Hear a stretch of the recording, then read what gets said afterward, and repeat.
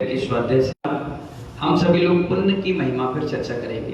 किसकी महिमा पर? पुण्य की महिमा। आचार्य भगवान कह रहे हैं श्रवण समझो, सत्य को समझो। किसको समझो? ब्रजभूषण जी किसको समझना है? सत्य को समझना है।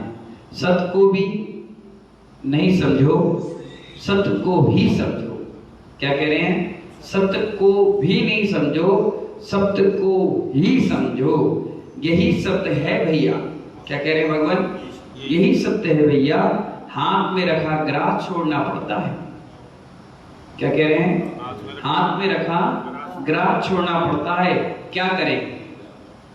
क्या कह रहे हैं? हाथ में रखा ग्रास छोड़ना पड़ता है। क्या करें? देने वाला दे रहा है और लेने वाला ले रहा है, पर ज्ञानी बाल आ गया तो कहां गया लेना देना? बाबा कहां गया लेना देना? देने वाला दे रहा है और लेने वाला ले रहा है, बीच में बाल आ गया तो अब क्या लेना देना? यही सत्य है। क्योंकि ऐसा भी समय आ जाता है कि हाथ में छूट जाता है। कई बार अंजलि बनाए बाबा और हाथ से ग्रास छूट गया या अंजलि छूट गई। अरे हाथ का छूटा जाए तो छूट जाए, कम से कम मुंह का तो नहीं छूटा जाए। हाथ में बाल आ गया तो मुंह का भी जो कौर है उसको बाहर निकालना पड़ता है, क्योंकि सबके दिन एक जैसे नहीं होते। क्या कहा? सबके दिन एक जैसे। हाँ, आचार्य कहते हैं यदि किसी के मन में बैराग के भाव आ रहे हो, क्या अगर मन में किसी के बैराग के भाव आ रहे हैं तो भीड़ देखकर दीक्षा मत लेना। क्या देखकर नहीं लेना? भीड़ देखकर दीक्षा मत लेना। ध्यान दो, महीनों महीनों क्या वर्ष के वर्ष निकल जाए जब मुनिराज को अपना कमंडल स्वयं पकड़ने नहीं मिलता। क्या निकल जाते हैं? जैसे हम कमंडल लेके निकले बाहर, तुरंत आप बोलते महाराज जी मैं पकड़ लूं। अच्छा पकड़ लो, कोई बात नहीं। आज तक दीक्षा के बाद बाई चांस से आधा 1 किलोमीटर हमने कमंडल पकड़ा होगा। बाकी तो जैसे मैं उठा हाथ भी नहीं लगा था कमंडल। हमारे चेले चपाटे भक्तगण हमारे एम्प्लॉय सब कमंडल पकड़ के चलना चालू कर देते हैं। क्यों? पुण्य की महिमा है। बाबा काय की महिमा है? पुण्य की महिमा। तुम मंच से उतरे नहीं, 20-25 बच्चे तुम्हारा हाथ पकड़ते, पुण्य की महिमा है। तुम कमरे में बैठे नहीं, 40 लोग तुम्हारी गोड़े दबा रहे, पुण्य की महिमा है। तुम लेटे हो तो उठा उठा के लोग भैया व्यक्ति कर रहे हैं, काय की महिमा है? शुक्ला, पुण्य की महिमा है ना? हम आहार के लिए जा रहे हैं, 40-50 लोग जा रहे हैं आहार कराने, काय की महिमा है? पुण्य की महिमा है। तो कई बार ऐसा देखा कि बरसों बरसों निकल गए, अपने हाथ से स्वयं कमंडल नहीं पकड़ा, सिर्फ सोच के अलावा कमंडल नहीं पकड़ा, तो फिर भी ऐसे दिन आते हैं कोई लास्ट में कमंडल पकड़ने वाला भी नहीं रहता।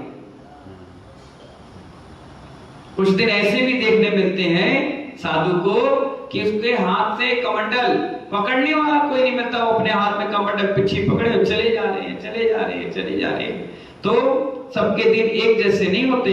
यही मुख, यही चेहरा जिसको देखकर भौरे मंडराते हैं, यही चेहरा, यही समय, यही सब कुछ, वही लोग उनके चेहरे पर क्या मंडरा रहे हैं? भौरे मंडराते हैं। और आज मक्खियां भिनभिना रही। क्या भिनभिना रही? मक्खियां भिनभिना रही है, क्योंकि सबके दिन एक जैसे नहीं होते। मक्खियां कहां भिनभिनाती है ये सब आप लोग जानते हैं। मक्खियां कहां भिनभिनाती है? गंदगी में। ये आप सब जानते हैं। घाव हो गया, जख्म हो गया, अभी तो पसीना भी पोंछने वाले भक्त मिल जाएंगे। अंत समय में सड़ रहा है शरीर, गल रहा है, करवट बदलना है तो कोई पूछने वाला नहीं मिलता। पुण्य की महिमा आज है, कल ना रहे, कोई भरोसा नहीं। चेहरे पर मक्खियां भिनभिनाने से पहले भेद विज्ञान कर लो। क्या कह रहे हैं विश्व शाम सागर जी महाराज? भेद विज्ञान कर लो, ताकि मक्खियों के भिनभिनाना ना आ पाए। संलेखना करके समाधि शिवृत के मार्ग को बना लेना। साधक 4 मुनिराज, सभी के मूल गुण एक समान। चारों मुनिराज ने दीक्षा ली और चारों के मूल गुण ब्रजभूषण जी क्या है? एक समान है। परंतु किसी का यश फैल रहा है। किसका? किसी का यश फैल रहा है और किसी का कोई नाम लेने वाला नहीं। क्या नहीं है? किसी का कोई नाम लेने वाला नहीं है। हे वितरागी तपोधन, आप विकल्प मत करना। किससे कह रहे हैं? मुनियों से।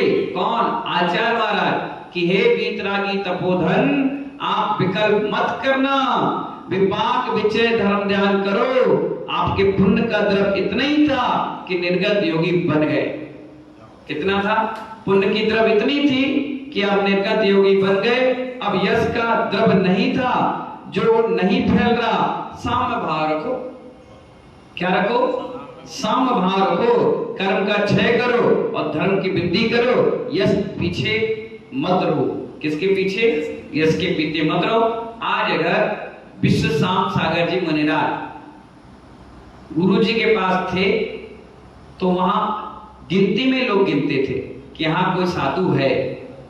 जैसे ही वो हमारे साथ आए उनका यश और बढ़ गया। गुरु जी का आशीर्वाद ऐसे फला कि अब लोग सब जानने लगे कि विश्व शाम सागर कौन है।